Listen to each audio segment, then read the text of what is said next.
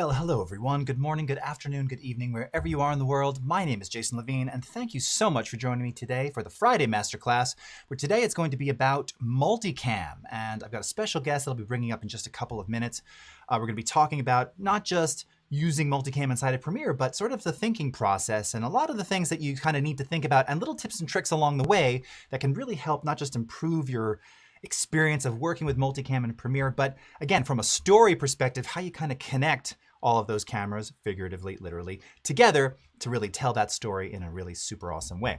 As always, of course, we're coming to you live across Adobe Live, YouTube, Behance, Twitter, and LinkedIn today. So thank you so much, as well as our friends over at No Film School. Thank you so much for tuning in. Of course, if you are following me and you want to send chats directly in front of my face, b.net/Adobe Live. This is the chat that I will be following.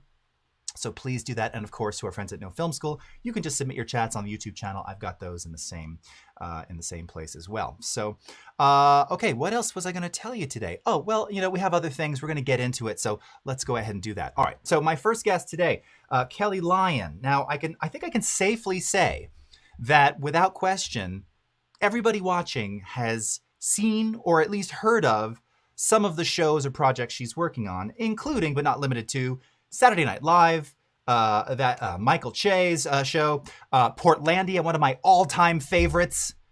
Portlandia. I have so many questions to ask about that. We're going to get into it. I'm going to have her, and of course, John Mulaney as well, which we're going to be focusing on and getting to actually see the timeline that she worked on inside of Premiere Pro. So without further ado, let's bring my guest on, Kelly Lyon. How are you doing today? Kelly, thank you so much for joining. Hi, I'm great. Thank you so much for having me. Well, it's awesome to have you here today. And, with all the guests that we have on the show, I love to kind of have them give their own sort of self-introduction. Nothing weird talking about yourself, but really to kind of give the viewers, and again, we have a lot of students watching and a very broad Adobe Live audience, kind of your origin story, how you got into editing, how you got into the biz, and how you eventually, again, started working on such amazing projects. I know we have another one that you're going to show pieces of the trailer of later in still form. Give us your origin story, how you got started in all this. Well, I was super lucky. I grew up in Farmington Hills, Michigan, and my high school had a television station. So my senior year, I was like interning at the TV station, and then I did a special class where, sorry, I couldn't think of the word. I did an independent study, so I could take TV class 2 times, and I learned how to edit. They had a Media 100. This was in 1999. So Media 100, that was the first time I was like, how did they get the video in the computer? That's so cool. So I took an independent study my senior year and made like my senior year class video as my final project. And I really discovered this love for editing and for just getting in there, especially kind of music video style at the time. I was really into that. Nice. I remember having a conversation with my teacher, and I was like, well, this is really fun, but it's not like a job, is it? And right.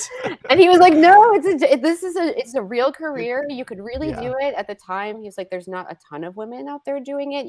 You should go to Hollywood and give them hell, So I really set my focus on becoming an editor from that moment on. And I think having that early focus specifically on editing allowed me to get pretty far in my career at a young age because I was so focused. So I went to college at the University of Michigan, and MTV came to my college to shoot a Choose or Lose form with Al Gore. Oh, again, this is like the year 2000, right? Yeah, Y2K. Wow, yeah. It was Choose or Lose. I remember that campaign.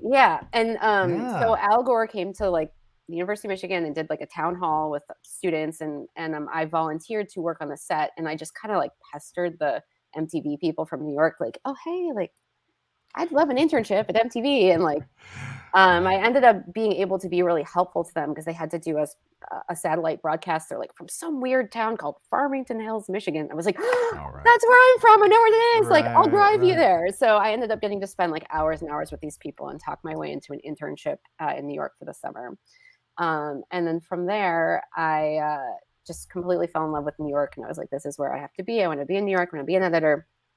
And when I did graduate from Michigan, I moved out to New York, and I ended up getting a job at a post house called Crew Cuts. and they were editing all of the parody commercials for Saturday Night Live at the time. So it was Oh, just sort of nice. like a lucky coincidence that I ended up there. But as soon as I got hired there as a receptionist, by the way, not, I Right. didn't Right. didn't Oh get to yeah. come in as Got an it. assistant. Right. It was like you either get hired as a receptionist or a runner. So I came in as a Yep. receptionist, and so again, I just kind of set my sights like, okay, Debbie McMurtry is editing all of the SNL parodies, and like I want to be her assistant, So Right. I just kind of talked to her about it, talked to her. She had an assistant at the time. I was just like, if you're ever going to leave or you're ever going to, just let me know. Edging your way in slowly. I just, I really made it a point to make, not in an annoying way. I tried to be Yeah. pretty, but just make like letting my goals be known to people. Like, Yes. I want to be an editor. I want to work on comedy. I love SNL. I stayed late on nights where I wasn't supposed to be working just because Right. SNL works To so be late. there. Just to be there to see how it was done. I helped, like, at the time they were printing out little screen grabs from the shoot, and like I would paste them on a poster board for the director so that he could visualize what was shot. Because again, at the time they were still shooting sometimes on film, sometimes on HDR cam tapes that had to then be ingested. Right. And these shoots were still happening in the same time frame they happen now. So shooting on Friday has to be live on TV Saturday night, Right. but with late 90s technology, early 2000s technology. So it transferring DV tape and all that stuff. And I mean, I had a situation. So basically, I became Debbie's assistant. She's editing all the SNL parodies, and there was a week where it was a lot to work 5 days a week, and then on the 5th day you do SNL, and then work all day Saturday, and it just wrecks you because SNL is like a 40-hour work week in a day and a half, essentially. Right. So there was a week where she was not available to do it, and I think because the work is so competitive, she's like, well, let's see if let's keep it in the room and see if the director would be cool with Kelly editing it. So Jim Signorelli, who was the director at the time, who shot all all the classic parody commercials, Huggies Thong and Mom Jeans and anyone you can think of, and like Mom the first 30 years of the show. He was just like, I don't care, will she do what I say? Just let Kelly do it, that's cool. Like, he was just used to me being in the room. So the very first SNL parody I ever cut, and this is horrible and you won't be able to find it online, but it was called, oh, too bad, because I know everybody is immediately like, okay, what is it? You might be able to find it. It was called Girls Gone Wild Hurricane Katrina. It was like in super poor taste right after Hurricane Katrina in 2005. It was like the premiere episode or maybe the second episode that season, and it got like so many angry letters, and even like the Girls Gone Wild guy, like the man who was like in prison at the time, was like, this is a misrepresentation of the Girls Gone Wild brand, and like, we would never take advantage of like hurricane victims. Like, so anyways, that one got buried. But then the next one I worked on was called Taco Town, and that one was like Andy Samberg, Jason Sudeikis, and Bill Hader's. It wasn't Samberg's, it wasn't Sudeikis' first episode, but it was Andy Samberg and Bill Hader, like one of the first pre-tapes they ever appeared in. So that one was very cool. That's like a pizza pancake chili bag or whatever. I don't know if you remember that one. Because were they writers too before they were actually on camera for the most? Right, I don't know too much about their histories. So Jason was, right? He was a writer first. I think Jason was a writer, and then he got put on the cast mid-season, the season before. So so that would have been like 2004, I guess. And then Andy, Akiva, and Yorma, the Lonely Island guys, were all three hired, but at the same time. But Andy was the only one who was cast in the cast, and then Akiva and Yorma were hired as writers and then also directors. And so they started directing all their own pre-tapes. And honestly, like part of their origin was like they shot something with Jim Signorelli, the director, and they just have different styles because those guys were young and used to just shooting stuff for the internet, and run and gun and just get it done. And Jim has the whole like film unit crew and all this stuff, and there's like a machine at SNL. And so I think to get something like Laser Cats done, it wasn't, they were like, we just want to check out a camera and shoot it ourselves. And so sort of the second unit of pre-tapes happening and those digital shorts really was born out of that moment when those guys were hired. And now I think usually there's up to 3 film units. I was going to say, there's like 3 units now, right? That's kind of the standard. That's crazy. And I have to say too, and I love how you were talking about sort of just, and this is something we heard last week when we had Doug Blush on. Just being there. It is a lot of it is it's a little bit of luck, it's a little right place, right time, but it's Hmm. being there, making your desires known. Like, hey, I'm at the front desk, but I actually want to edit, and Yeah. also just making yourself available. And and you mentioned you're either a receptionist. I was a runner. I worked for Media Ventures, which was Hans Zimmer's company in LA Hmm. in the early mid '90s. Same thing. I was an engineer, audio Hmm. engineer, but you don't walk in the door and they offer that to you. Right. They have to know if they can like you. They have to know if they can. Will you like take direction? Will you listen? This is a hugely valuable part of that, of working in those industries, Yeah. or just really working with anyone. It doesn't actually matter what industry, right? If you Yeah. can't get along with people, it doesn't matter the qualification. You're just not going to get as much of a chance. Whereas if you're there, you've made your intentions known, and you're like, yeah, I can take some direction. I just want to help. I just want to do this. I love that. Exactly. Yeah. You can't come in with an ego. Like, just because you know the software, just because you know Premiere inside and out, does not Right. make you like a master editor. Like Right. the Right. software is a tool, but like the thing that Mm-hmm. you're being hired for is your thoughts and your creativity and the way that Right. you construct a story, or how, the timing and the pacing and all that, which Yeah. is something that you learn over time. But there's also Absolutely. this whole other side of editing, which we all know about, which is like the psychological side, where you're sort of a therapist sometimes for the Right. director or the writer, or you're a go-between because this producer wants this and this producer wants that. And so it's also learning how to manage different personalities and expectations, learning when to give your opinion and when to withhold it.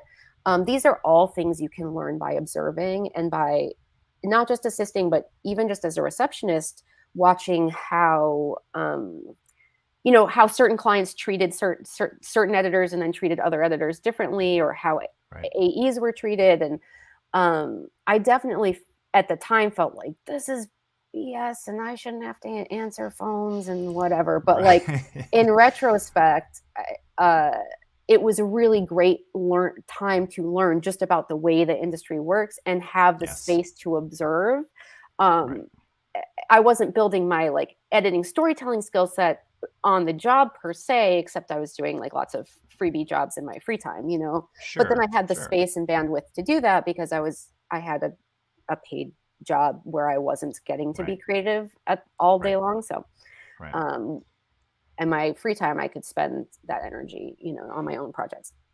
You're also, as an observer, right? Because you're the front face of whatever space you're in. You really get to observe and understand how people interact with each other, right? Oh yeah, Attitudes and everything like that. And that's a huge part of being successful there too, right? Is just being able to read the room, read the person you're working with, read the client, read the all of oh those yeah, things have huge impact, like you said, regardless of skill. So okay, so now cut to, you're doing some stuff with SNL, yeah. John Mulaney, because I know people are like, let's Right. get to Premiere. Sure. How does Sorry this about how that. does this come about? How does this come about? Yeah. So John was a writer at SNL. That's how we met. And the very first stand-up special I ever cut was actually for him in 2015. It's called The Comeback Kid. And Mm, Reese Thomas was directing. He was a director at SNL. And John was a writer at SNL. So I just knew him and had cut a bunch of his pre-tape pieces. So he knew me, trusted me. And he was like, hey, I want you to edit my stand-up special. And I was like, I don't have any experience doing that. Are you sure you want me to do it? And he was like, no, no, no, it'll be great. It'll be great. So John is just like such an amazing collaborator. I love working with him. So let me bring up, so I cut Comeback Kid in 2015. And then in 2018, I cut Kid Gorgeous live at Radio City. oh So yeah. I'm going to bring up my timeline from that.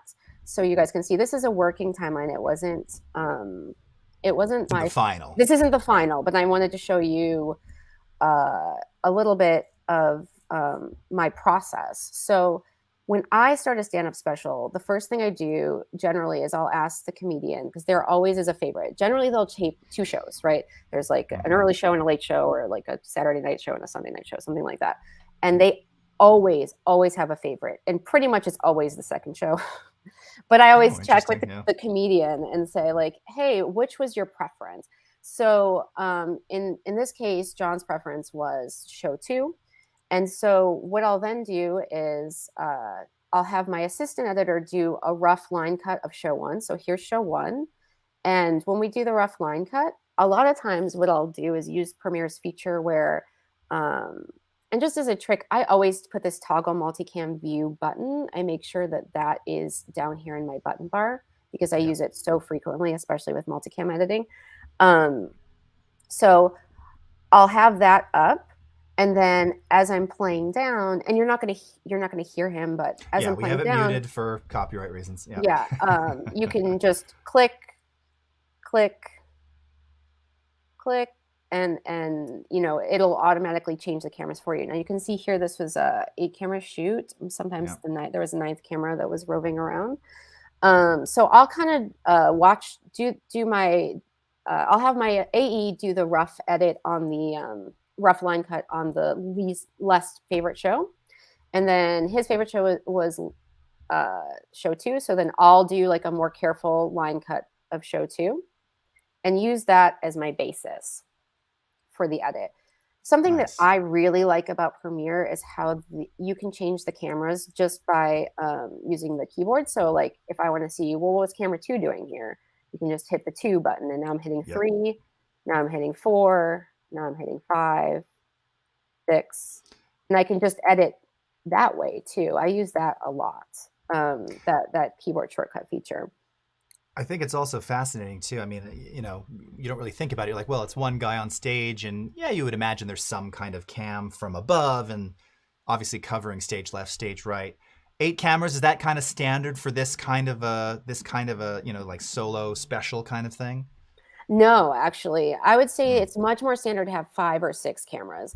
I Oh, think okay. that, um, John Mulaney always has, like, his own idea about things. That's why he's so special to work with because it's, like, even from the promotion to the show, to the poster, to the font, the way it looks, like, he wants everything to be special and different. He doesn't want it to just be, like, your cookie cutter thing. So, because they were filming at Radio City Music Hall, which is such a beautiful venue, and Yeah. they had this incredible set design by, I believe his name is Scott Pask, who is a Broadway set designer.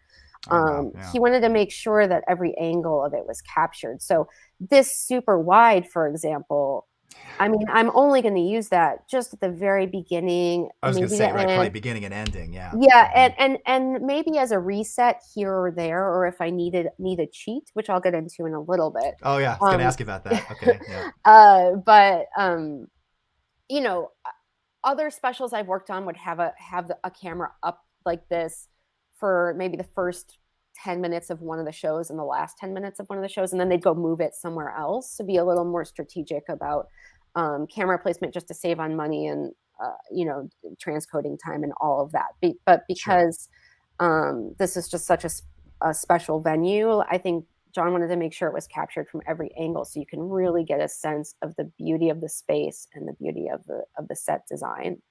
But for the most part, I mean, the bread and butter angles that I'm using are going to be the close up. There's a head to toe, which I pushed in on a lot to make it like a cowboy. And then Mm-hmm. you've got the more traditional cowboy from the side. And then you've got Right. this one. And then for this special, they had actually what we were calling the robo camera, which was pretty cool, um, which tracked with him along the bottom Right. of the stage. So that was a specialty camera as well. Yeah. Um, which That's gorgeous. which yeah, which is super gorgeous. And then I think my first cut, I used this angle a lot, and then people felt like Right. it was They probably told too you much. maybe a little bit less. Yeah. Yeah. Yeah, Yeah. we ended up dialing it way back. So in the final special, we just use it very strategically at parts where like John's very moves around on the stage a lot. So like if he's running across the stage and the camera captured him perfectly, like that's the times we would use this camera to accentuate the movement, like the comedy in his movement. Nice. But otherwise, it's like such a beautiful shot. But you always want to be serving the comedy and not necessarily just you know distracting people with The beauty of the cinematography. It's right. important, but it's also got to be funny, right? The Right. joke has to land. That's right. That's what we're here Yeah. for Right. is to make the show as funny as possible. So to Right. give you guys a sense of what I did, I don't know if you noticed this, but my show one rough cut is all orange, right? My Yes. show two rough cut is I color the whole thing green. And then Right. when you look at my edit, you can see here, the vast majority of the show was from show 2, but everywhere where there's orange, that's from show 1. So if John is watching down the cut and he says, "Hey, this joke, is that from show 1 or show 2?" I can very quickly have a visual reference and say, Right. "Well, that's orange, so that means that was from show 1." And then we cut back to show 2 at this moment here. Right. Now, John actually did something really special, and he shot not 2 shows but 4. So there were 2 shows shot from the front with the 8 cameras up, and then there were 2 shows that were just a reverse camera, Okay. Yeah. that would show the audience. So here you can see sort of 2 angles, and part of why we did this is because we didn't want there to be cameras on the stage. So on this shot, we didn't want to see a guy behind him with a Something camera behind him. Yeah. Right. especially because, again, we're looking at this gorgeous space with these super wide angles. Like, you don't want to see a cameraman on the stage with him. It would kind of ruin the magic of it. Yeah. So we so they actually shot an additional 2 shows from just his reverse. And so every time you see this reverse, it's basically a cheat. They weren't even really recording audio on those days. I could just sort of roughly hear it through the camera. So and this would be, you'd use this in a moment where he told, something, he told a joke, people are laughing, and you're just sort of cutting away for sort of atmosphere, right? As long as he's not gesticulating wildly, because for 2 seconds, you're not going to notice that it's not continuous, right? Exactly. And then you can see here, I've colored all these behind the back shots purple. Yeah. And then again, I kind of use that as a visual cue to see how often am I cutting away to that reverse shot? How often am I actually using it? Now here you see I have a bunch of things disabled in the timeline. So it's really only in my cleaner timeline, the purple shots, you wouldn't see all the disabled ones. Because this is a working timeline, you kind of see the different options that I was choosing between. But so I've got a question for you. So yes.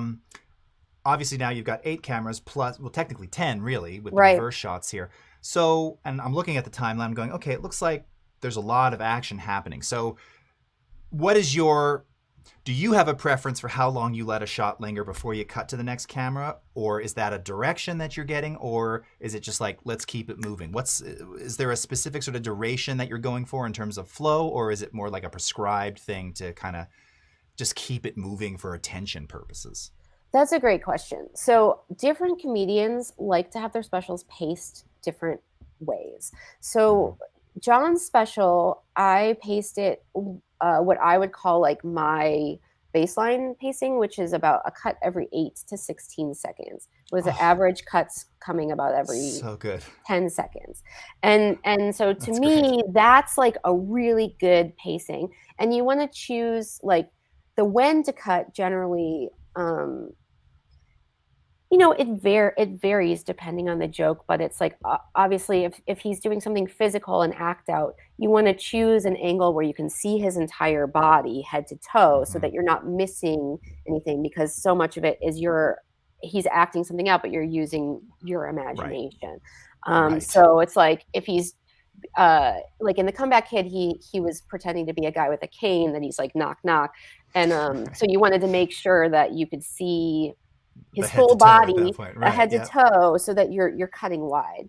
Another trick that we would do sometimes, that we did a lot in The Comeback Kid, is if he's playing 2 different characters that are having a conversation, we could use 2 different camera angles to play those 2 different characters. So it's like simulate, like the side to side sort of thing. Yeah. So his mom says, he's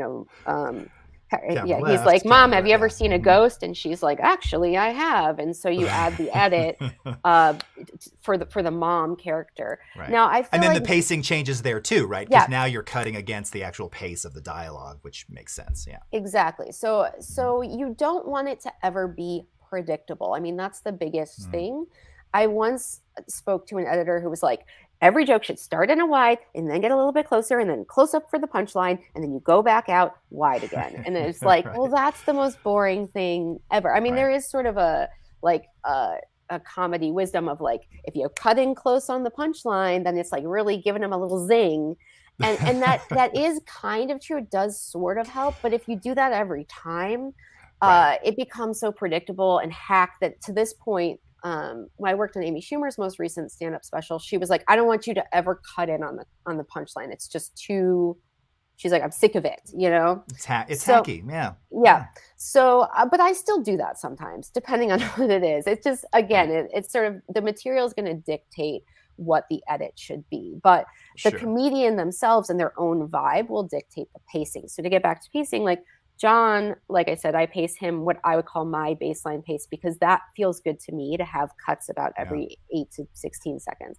Now, I watched. Now, would you say that's fairly? Because by the way, that I don't know if you saw my little sort of heartbeat. I love that. We did a thing a long time ago talking about, and actually, Vashi Nedamansky, who's well-known editor as well in your community, Yeah. he did a listing of sort of top ACE editors and their average cut length, and obviously comedy specials differ from action films, but Right. even dramas in the last couple of years, it was seldom 8 to 16 seconds. It was like 5 was considered sort of long, you know. So I love that you're embracing this because, and particularly in comedy too, because you want people to lean in and listen. They don't need so much, you know, visual stimulation. But of course, the content dictates that too, I imagine.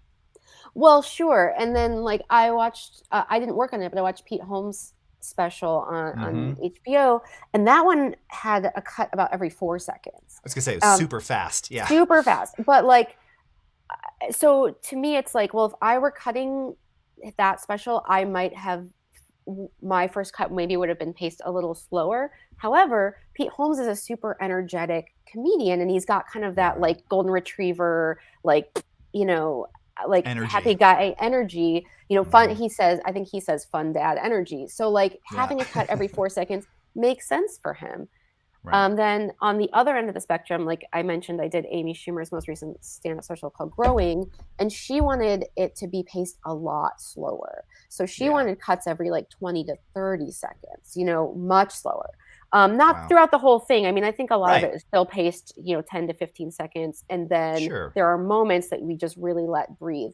And we kind of referred to that as like the Chappelle equanimity pacing, where, you know, that really became a fashion around then, like 2018, 2019, when equanimity came out, that it was like, well, let's just hang on a close-up of his face for 50 seconds straight, you know, and or that do a push or something like that without changing the angle. Yeah, exactly. So that's another stylistic choice. But if you actually go back and watch that special, most of it is still paced like 8 to 10 second cuts. And then there's that moment, you know, where it gets more intense, that it becomes that longer take shot that's a push in. And that's why it's so memorable, is because it's a shift.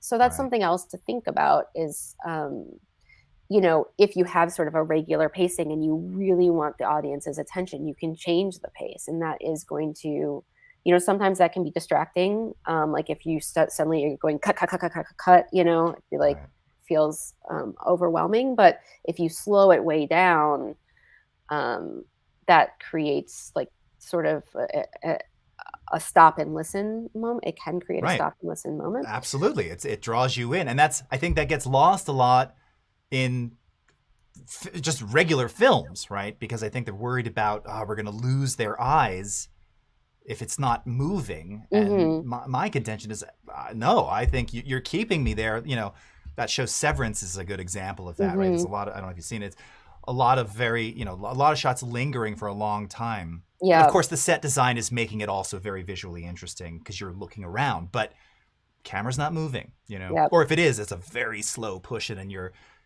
I love that stuff. I love that style. So listen, I noticed too, as you're kind of navigating your timelines, you got a lot of markers in here and leveraging the markers panel. And I know we talked earlier about, you know, around the color coding and everything. So maybe you could talk a little bit about how you sort of leverage markers and why you're using markers in this way with multicam. For sure. So for a stand-up special, I like to put a marker at the beginning of each bit. And that way it's so much easier to find, especially if you're just looking at a timeline that looks like this is just, you know, mostly a sea of green, you know. It's like this way I can say, oh, well, he had a joke about Mick Jagger, and I'm pretty sure I spelled, oh, no. Oh, let's see. He had a joke about dad. There we go. So, here we go.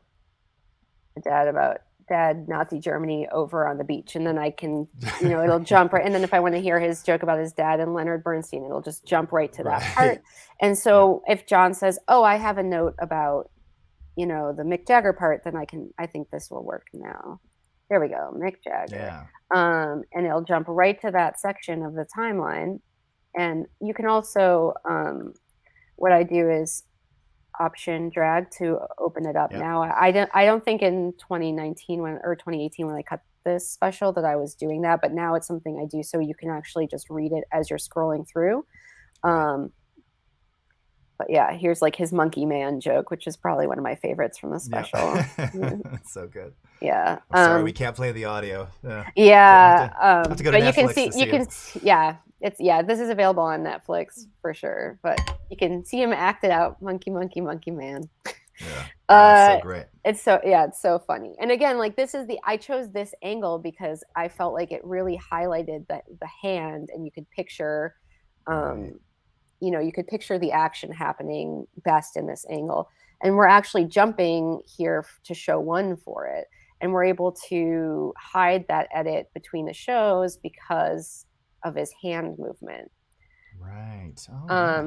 And it's not always perfect. I mean, one thing about a lot of stand-up specials these days is like, the old ones used to watch would have cuts to the audience, like, Right. Yes. And like, that's pretty out of fashion. I mean, it still happens. And I still have some specials that cut to the audience, and that makes it much easier to hide edits. But John was like, absolutely not. I don't want to see the audience. So a lot of times in these specials, you see the audience just from like this, from behind the comedian. Yeah. So it's still within their world and their perspective.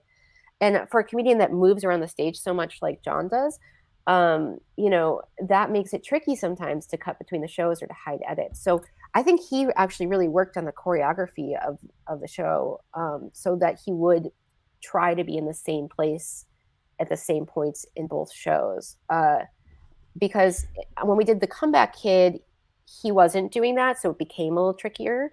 And that's when maybe you pop to, like I mentioned before, maybe that's when you pop to one of these. Right. Yep. Just to cheat it, even though the emotion doesn't necessarily call for it. It's like if you're sort of between major 10-minute chunks of his set, then maybe you can get away with doing that. But you would never want to do that in the middle of a joke because it would take you out of it. You don't want him to be the size of an ant on the screen. So you totally lose the context. So a question just arose about and I don't know if you can really talk to this, but maybe we could just talk to it or show it if you have it available. So in terms of audio sync, now obviously all of these cameras are capturing audio, probably a pretty easy job to synchronize it. But are you sort of also working off of like, here's your master audio that gets synchronized, that all the cameras are synchronizing to? What's kind of the process typically for something like this? Yeah, that's it. That's a great question. So I think there were probably like 32 mics around the room if you go into the full production audio. So I like to work with the mix down, and then I'll go back to the individual mics if need be. See here if you go into your multicam clip, you have all the individual mics, and then there's just the mix down is what the production mix is what I'm cutting with. When it goes to the sound mixer, then he gets all the, however many mics it was. 26. And they can replace that master mix with additional elements and things. Yeah. So I would recommend working with the mix down. And while we're talking about audio, actually, another trick that I do for these stand-up specials is I have my AE, as they're doing their line cut, go through and grab any clean laughs that they could find for me. So anytime where there's laughs like that are pretty much in the clear where the mic bleed isn't going over them, and or claps, or uncomfortable sounds, all different kinds of sounds, like and I have them make a string out for me so that I can sweeten as I go. Not that Mulaney needed much sweetening at all. I mean, he had a 7,000 person theater just like rioting with laughter. But every once in a while, John actually is kind of unique in this way where, like, the pacing of his special, he wants it to be so tight that, like, when there's a long laugh or applause break, he's like, let's tighten it up. Let's not let the audience laugh so long, you know? So Right, right, sometimes you because he's just got need more those. to tell. Right. He's got Yes. more to Yeah. tell. And a TV pacing is slightly faster than a live pacing because we're not in the Sure. room with him. We want the audience Right. that's watching on Netflix to feel like they're in the room with him, which is part of why you don't show that close up of someone in the room laughing, because that just reminds the viewer at home, oh, I wasn't there, you know? Right. Yeah. Other people got to be there, but not me. So we always want the viewer to feel like they were there. And so we keep it moving. Now, Amy Schumer didn't want that. She wanted to let the full applause break play out, or the full, which makes perfect sense too, because that's the pacing that felt right to her, because that's her live show pacing. So she wanted the Right. Netflix show to match the live show pacing. So it is really dependent on the comedian. And is it pretty common? I mean, I imagine. I mean, I remember doing this years ago. It's very common to sweeten, again, even when you've got a lot of laughter and a lot of sort of good ambient sound. Sometimes it's all those little, very small moments that are maybe part of the larger joke or something, where you just want more of a reaction to kind of keep the viewer engaged. And I imagine that happens pretty regularly, right? And do you share that with the talent necessarily, or not? You know, like you don't say, "Hey, No, John, I added 16 laughs here," and I no, I don't. I just try to make, it's like my job is to make the comedian look as good and as funny as possible. And so that's it. And generally I don't get a lot of pushback. I mean, if you're grabbing canned laughs that are from a stock from a sound effects library, it's not going to necessarily sound like Radio City Music Hall. So I think if I did something like that, I'd get called out. That's why I pull laughs from the actual room, from the actual audience, and I organize them by like big laugh, small laugh, laughs with claps, like discomfort or shock or whatever, you know.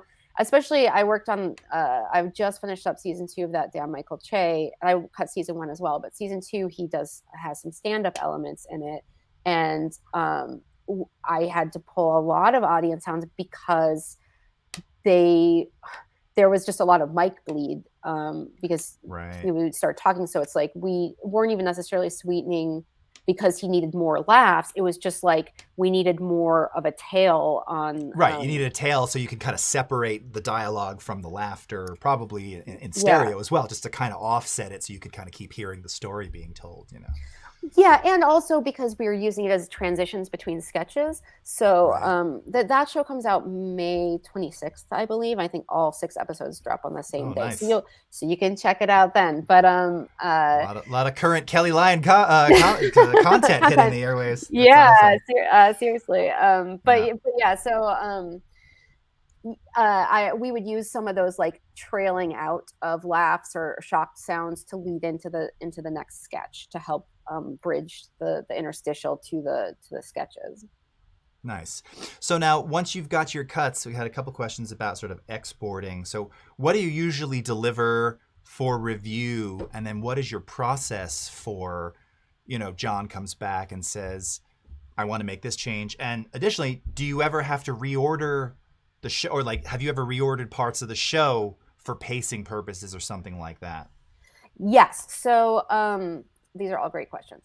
I'll start with there's like 5 questions in one. I'll start with the reorder question. So on the Comeback Kid for John, we did reorder some of the show. There were some jokes. He had a section that was jokes about his family, and then he talked about he did the whole Back to the Future like act out thing, and then had a couple more jokes about his family. So at some point we basically took those jokes about his family and put them all together in the show, and it just flowed a lot nicer.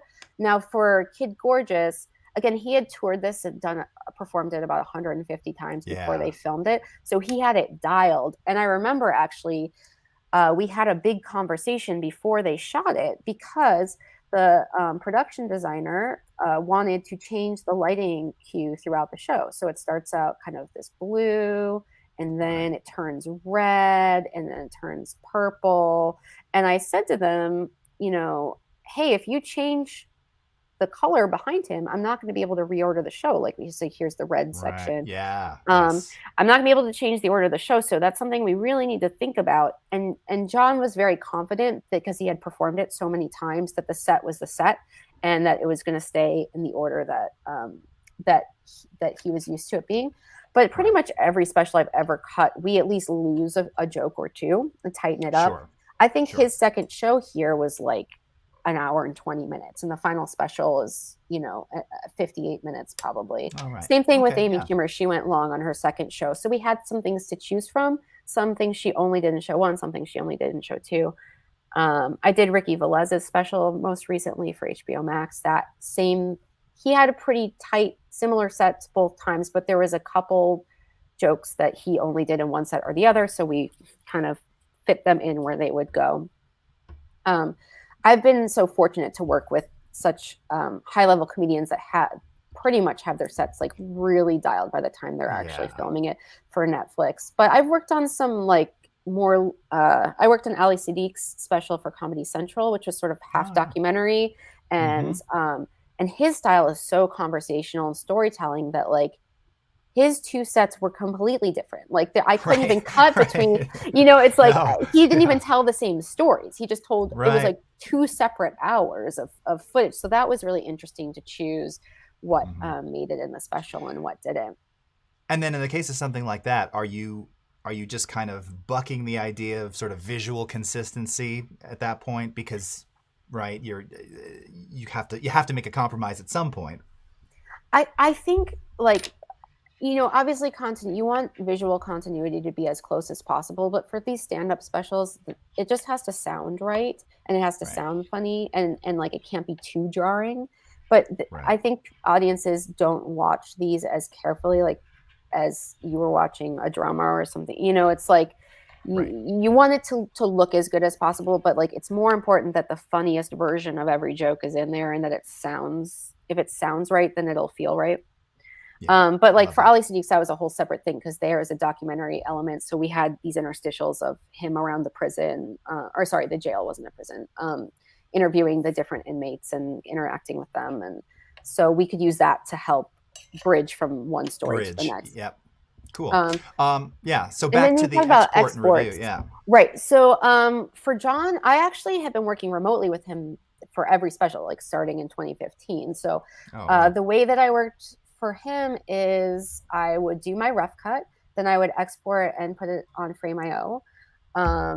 And then how convenient that now they are part of Adobe. Very nice. It's funny, actually. Unsolicited use there, by the way. Well, it's funny because Emery, that's his company, he used to work at SNL with me. He was our colorist for a lot of the digital shorts that I worked on. So that, right? I remember like back in 2013, he was like, "I'm working on this cool new app. I think you'll like it." And I was like, "Oh, that sounds awesome." And it's like, "Oh yeah, it is an amazing app." Right.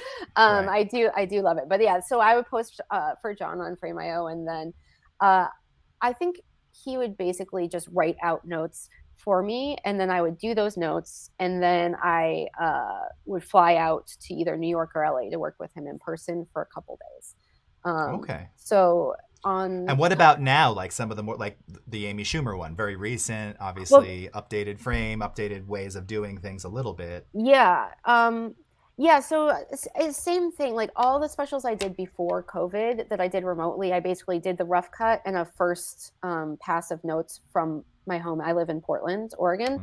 And then I would fly out to meet the comedian wherever they were to work for like a few days in person. So that's how I did John's two specials and Amy's special. I flew out to meet Ali Sadiq. I flew out to meet Sam Morril. I did Michael Che's. I did completely remotely. His 2016 special, Michael Che Matters. I did that just via notes. And then I'm trying to think, but yeah, it's like, I would just output and upload it to Frame.io and then get notes and just address them. And some of these things it's easier to just do in the room because you're rolling frames here and there or looking at different angles. So a question just arose. Do you do any part of any color, especially you've got so many cameras and it appears they're all matching already. So do you have is that already offline to someone else who's doing that and it's really just your job to just connect the story pieces together, or are you doing any kind of light color, light audio work, as you're delivering rough cuts and such? I ask for the LUT to be baked into my dailies so I don't have to deal with the color. Color's not my strong suit. Some people are great at it. My eye just, I I don't know. I have my own specialties. It's not that. So, Right. so I always ask to have the LUT baked in, and that way, it's a little bit less processing power spent on like um, color correction tools. But sometimes I have to adjust, and then I just use the Lumetri Right. color plugin and adjust as needed. And then But are you the final stop before delivery, or does it go, do you take this timeline and mm-mm. either via frame or something else and someone else does final color and everything else and delivers the ProRes or whatever it is that they're delivering? Yeah, we're generally working with a post house that's doing the Yeah. final color and online, and someone else is doing the final sound mix, and I'm just doing the Yep. offline. So it gets delivered via, XML and AAF essentially Yep. to the different finishing companies, Nice. and generally I have it. My AE takes care of all of that stuff, so I can't speak super Right. Yeah. tech Yeah. Yeah. in super detail about what they do, but I do the sound sweetening if when I'm working on something like Portlandia or that Dan Michael Che or SNL. I do a lot of like music and sound design and all that kind of myself, and then it goes to the mixer and it gets mixed properly. And sometimes there'll be some additional sound design done in the Sure. mix, but that's really more like color's not my specialty, but I do love to get into the sound work of just adding sound effects and music because that really makes such a big difference in the edit. Yeah. And are you doing that? Are you doing that natively in Premiere, or do you bounce over to Audition or using Pro Tools or something else for that typically? I do it all in Premiere. Love that. Yeah, I just do it right in the timeline. So, Yeah.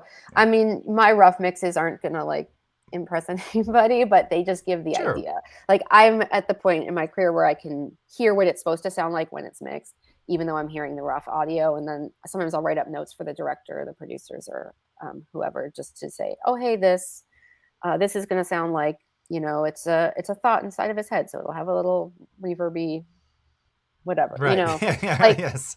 Yeah. and I'll put like a reverb effect and try like endless tunnel or something is one I Oh, okay. Yeah. People like. getting, yes. I always recommend check out the presets before you mess with the sliders. It's often things that we've thought of that might be useful. Yeah. Okay. So we've got about 7 more minutes to go, and I know we wanted to show one other thing. Two last questions here. Someone was asking if you could just show full screen of the timeline, Oh, just to sure. see the whole thing, kind of get a little, we do timeline Tuesdays at Adobe. Okay. This is not the Just, final timeline though. right. Yeah. This is not the final timeline. This is a rough cut, but Right. And do you tally? Someone's asking if you tally your cuts. nope. Like how many cut? Yeah, no. Mm-mm. A lot. That's the I key. mean, A lot. It's an sometimes, hour, so yeah, there's going to be a lot. sometimes what I do is use the visual of, oh, there's a purple, there's a purple, there's a purple. Those are my cutaways, right? So Right. I do sometimes zoom out to say like, well, how frequently am I cutting to that reverse shot of the audience? Like, did I just go there 10 seconds ago? Or has it been 5 minutes since we've seen that shot? And I try to make sure that those are paced somewhat evenly throughout the show, not too frequently, not too infrequently, so that when it does come up, it's not a shock or a surprise, but that it's not coming up so often that it's distracting.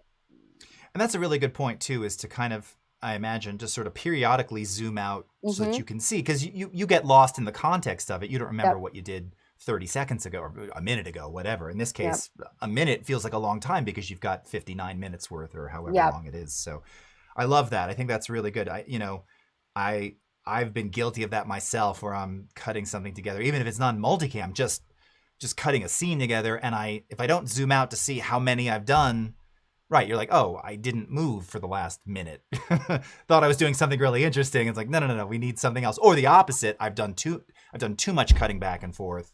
But Mm-hmm. as you're moving linearly, right to left to right, you kind of lose context of where you are in the story. So I love that. That happens That makes a all the lot of sense. time. Yeah, I Yeah. mean, I'll definitely get like so intricate on some little tiny moment, and then you zoom out, you watch like a 5 minute chunk, and it's like, oh, that's too cutty right there. Like I went a little too Yeah. crazy right in that moment. It's overworked.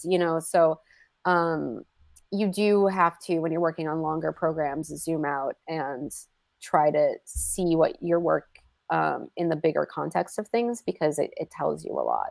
You end up watching the special all the way through a bunch of times. A But like, bunch of times. luckily, like I could watch John's specials all day. They're so funny. And like, same thing with Amy Schumer's. Like, I could have watched that special growing 100 times. She and I were both pregnant at the same time when she was filming it and I was Oh, editing it. interesting. So that was really pretty fun to be like, Yeah. you know, two pregnant women editing a comedy special Simpatico, together. yes. Yeah, Yes. like, I mean, Yeah. she had a much rougher I was going to time say, with it. I wasn't going to go there, but yes, hers was She very had publicly hyperemesis, quite so- traumatic. Yeah. And then that was her first child. So that was when I was pregnant. I'm working on that. That was my second child. So I was kind of like, I already knew the drill, and already had all the stuff, you know. Mm-hmm. Oh, yeah. But it was fun to just connect with her on that level as well.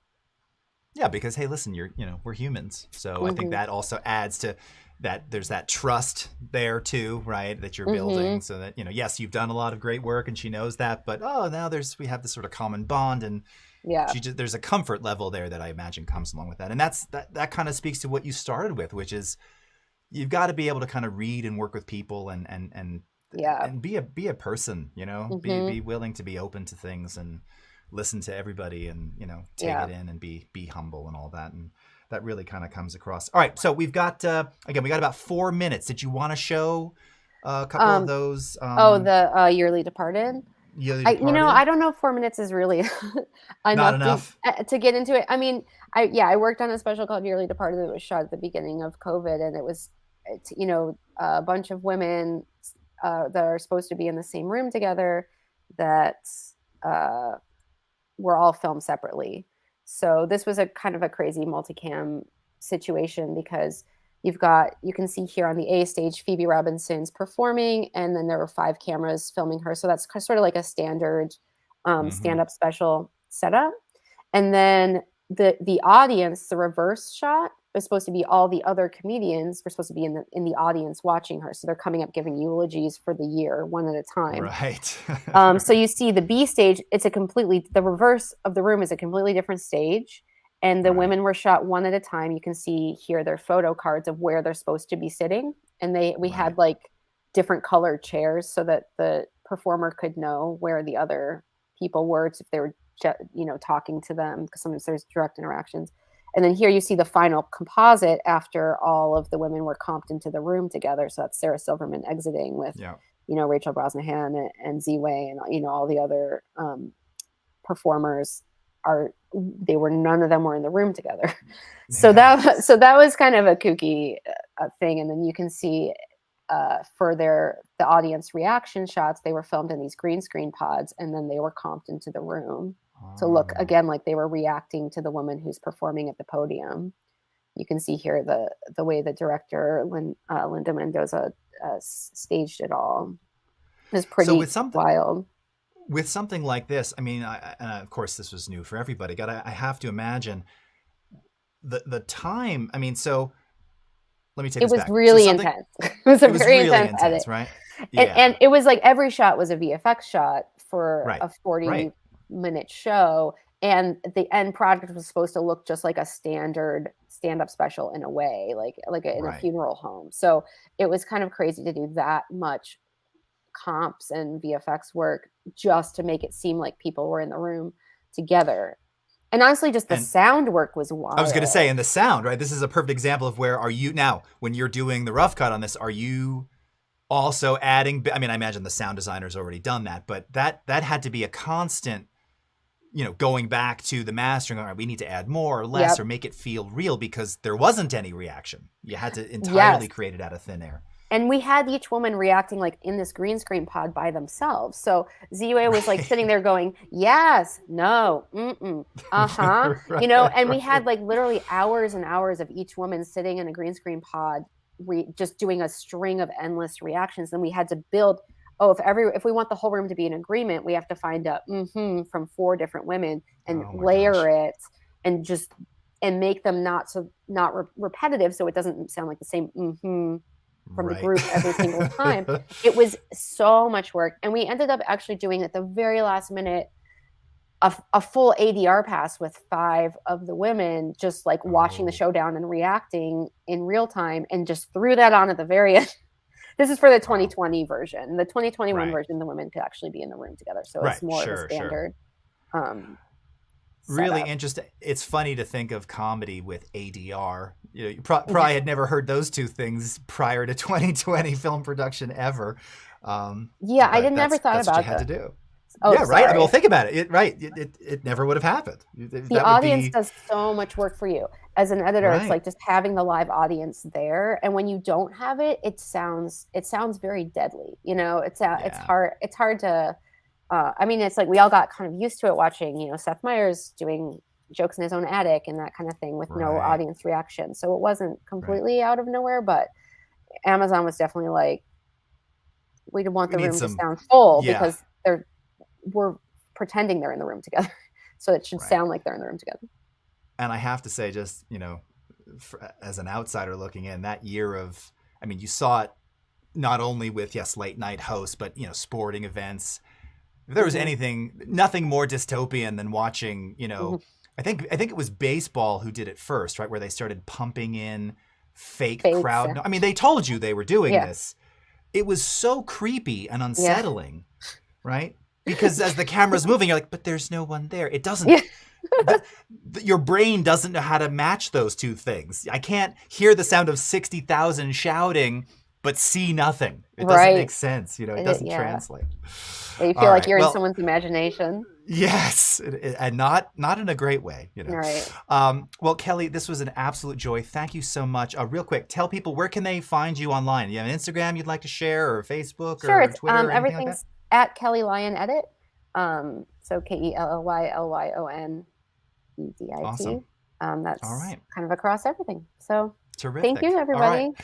Thank you, and thank you everyone for watching. We've got the Illustrator Daily Creative Challenge coming up next, so have a great weekend wherever you are in the world, and we will see you again next time. Take care, everybody. Bye-bye.